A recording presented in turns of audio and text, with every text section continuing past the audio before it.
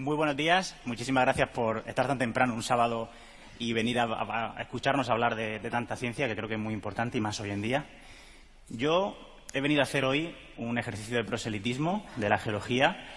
He venido a provocarles un poco porque quiero que cuando salgan de esta charla salgan convencidas y convencidos de que la geología es mucho más importante de lo que pensamos.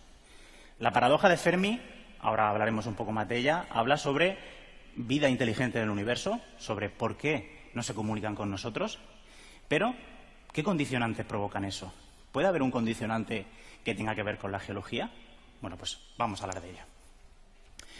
En la década de los 50, una década convulsa realmente por los avistamientos de ovnis, el físico de origen italiano Enrico Fermi, durante una visita a Los Álamos, estaba comiendo, se preguntaba que ¿dónde está todo el mundo? Esta pregunta escondía precisamente todo el contenido de la paradoja. ¿Por qué, a pesar de lo relativamente fácil que podría ser que hubiesen civilizaciones avanzadas en el universo, pues de momento no habíamos recibido comunicación de ninguna? Porque que sepamos hasta el momento, a pesar de tantos programas que hay hoy en día de misterio y tantísimas cámaras maravillosas que tenemos en nuestros móviles, no tenemos todavía ninguna prueba definitiva de que exista vida más allá de la Tierra, y muchísimo menos vida inteligente. En el universo, y en este caso en nuestra galaxia, hay miles de millones de estrellas. Sabemos hoy en día que muchísimas de estas tienen planetas alrededor de ellas. Hoy conocemos más de 5.300 planetas extrasolares. Extrapolemos este valor a todo el universo. En el universo hay miles de millones de galaxias. ¿Por qué no van a haber planetas que puedan también tener vida? Como, por ejemplo, la Tierra. ¿Por qué no van a haber planetas que tengan unas condiciones similares? Sin embargo, y de nuevo, a pesar de esto, y a pesar de que pues, toda esa materia, todos esos elementos que forman la vida, pues son relativamente abundantes en el universo, de nuevo, no tenemos pruebas de la existencia de vida más allá de la Tierra. Una de las hipótesis para poder resolver la paradoja de Fermi y poder comprender esta contradicción entre las enormes posibilidades de que exista vida inteligente en otros lugares del cosmos y que obviamente no hemos conectado con ellos de ninguna manera, es la hipótesis del gran filtro. Este gran filtro pues sería un cuello de botella, un pequeño embudo por el cual tiene que pasar la vida, pero no siempre logra pasarlo. Puede ser, por ejemplo, la aparición de la vida, el desarrollo de formas de vida más complejas o incluso una necesidad que tiene la vida cuando alcanza cierto nivel de autodestruirse. ¿Podría ser este filtro no un filtro de origen propiamente biológico, un filtro de origen químico o un filtro de cualquier tipo de origen, o sociológico incluso, sino ser un filtro de tipo geológico? Pues bueno, básicamente eso es de lo que vamos a hablar hoy. Podría ser que el universo estuviese repleto de vida, pero que la vida inteligente en el universo fuese excepcionalmente rara. Uno de los ingredientes que necesita la vida para desarrollarse y alcanzar formas mucho más complejas, formas como las nuestras, capaces de tener un desarrollo tecnológico, de comunicarse, de salir del propio planeta, es el tiempo. Para conseguir que la biosfera de un planeta tenga el tiempo suficiente como para que se desarrolle la vida, pues se necesitan una serie de factores, y muchos de ellos son geológicos. Por ejemplo, que la atmósfera se puede ir renovando desde el interior del planeta, que tenga energía suficiente para mantener sus procesos geológicos, el poder ir cambiando las reservas de distintos elementos desde la superficie hacia el interior con los grandes ciclos biogeoquímicos. Sin embargo, luego lo veremos también al final, en nuestro sistema solar tampoco vemos que esto suceda más allá de la Tierra. ¿Podría ser nuestro planeta un planeta con suerte? Miren, en la Tierra ocurre algo muy interesante y que conocemos desde hace ya bastante tiempo.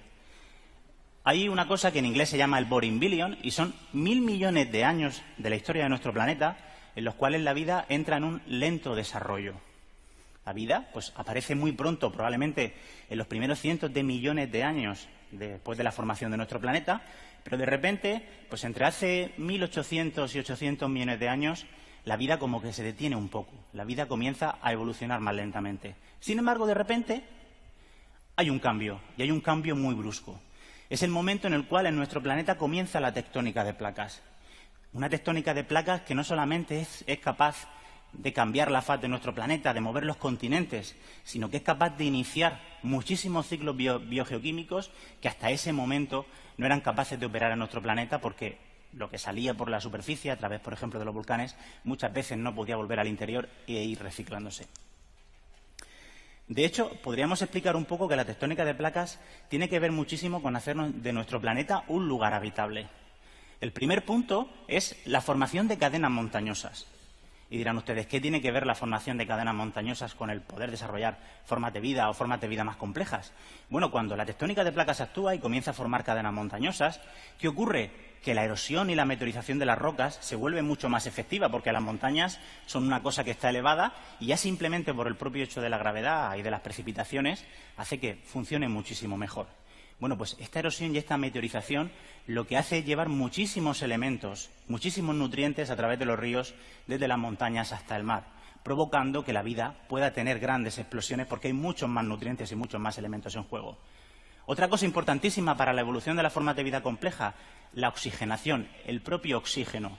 La tectónica de placas sabemos hoy en día que ha permitido que nuestros océanos estén mejor oxigenados, un fenómeno que antes simplemente se atribuía al aumento de nivel del oxígeno atmosférico. Que los continentes se separen, que los mares se abran, lo que hace es crear nuevos hábitats que aíslan especies y provocan que la evolución tenga que tomar caminos diferentes en un lugar y en otro. Y por último, como he comentado antes, la aparición de ciclos biogeoquímicos, ese intercambio de materia y elementos entre el interior de la Tierra y la superficie. Hay una cuestión que también ha surgido en los últimos años, que es lo que conocemos como el cuello de botella de Gaia. Quizás la vida tiene un problema para sobrevivir a esos primeros años muy agitados de la historia de un planeta. Y lo que se dice, esta teoría, lo que cuenta, es que quizá la vida solamente sobreviva si es capaz de evolucionar tan rápidamente en la historia de un planeta como para poder controlar los gases de efecto invernadero y poder entrar en una especie de equilibrio con la geología del propio planeta. Quizá eso es lo que pasó en la Tierra.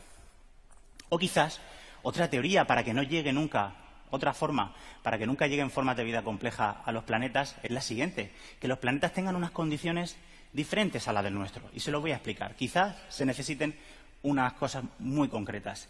En nuestro planeta tenemos océanos y tenemos tierra firme. Los océanos son fundamentales para que la vida pueda aparecer y se pueda diversificar. Pero ¿podría aparecer vida compleja, vida con capacidad de comunicarse en un mundo donde solamente hubiera océanos? Por ejemplo, imaginemos en nuestro sistema solar, en Encélado o en Europa, en su interior. Pues probablemente será muy difícil, porque para hacer cosas como la metalurgia, la electrónica, el magnetismo o las comunicaciones, debajo del agua esto sería realmente complicado. Y probablemente para llegar a tener vida compleja tengamos que tener un mundo muy variado, un mundo en el que tengamos océanos y masas continentales. No quiero que se aprendan esta ecuación de aquí de la pizarra, simplemente es la ecuación de Drake, una ecuación que planteó el científico, el astrofísico y astrobiólogo Frank Drake en los años 60 y que intentaba estimar de una manera probabilística el número de civilizaciones con capacidad de comunicarse que están activas en nuestro universo, en nuestra galaxia, perdón. Bueno, pues si nos fijamos, la ecuación original sería la de arriba y, dependiendo de quién haga estas estimaciones, el número de civilizaciones que podrían aparecer pues realmente podrían ser realmente grandes, de civilizaciones comunicativas. Sin embargo, de nuevo nos enfrentamos a que no hemos recibido ninguna comunicación por parte de ninguna otra civilización además de la nuestra. Pero claro, ¿qué ocurre? Si añadimos factores como la presencia de una tectónica de placas que haga un planeta habitable durante mucho más tiempo, o los planetas que puedan tener no solamente océanos, sino también continentes que puedan permitir pues esta domesticación del fuego, la metalurgia, la electricidad, etcétera, pues esto se reduce a tan solo un puñado de planetas. Si además tenemos en cuenta la enorme distancia que hay entre estrella y estrella en nuestra galaxia, pues quizás solamente haya un puñado de planetas donde la vida también podría haber desarrollado una civilización tecnológica. En nuestro sistema solar, de hecho, tenemos planetas que quizá en algún momento fueron habitables. Hablo de Venus, hablo de Marte, donde las condiciones hoy en día, desde luego, son mucho menos adecuadas para la vida que probablemente fueron al principio. Quizá tiene que ver un poco con el cuello de botella de Gaia y si apareció la vida no tuvo tiempo de evolucionar y domesticar el clima y de hacer un planeta más agradable, o quizás simplemente es esa ausencia de la tectónica de placas que ha hecho que la habitabilidad de esos planetas sea mucho más reducida. Ya para acabar, simplemente una reflexión. La soledad de un planeta con suerte. Somos el único planeta donde sabemos que hay una civilización capaz de comunicarse, capaz de ser consciente. Y a pesar de eso, somos la única que conocemos que es capaz de destruirse a sí misma y de hacer que su planeta sea un lugar menos habitable. Así que, ya para concluir, tenemos un deber, creo que entre todo el mundo, puesto que somos los únicos que somos conscientes de lo que hacemos sobre nuestro planeta, por favor, protejámoslo. Muchas gracias. Es que ricasco.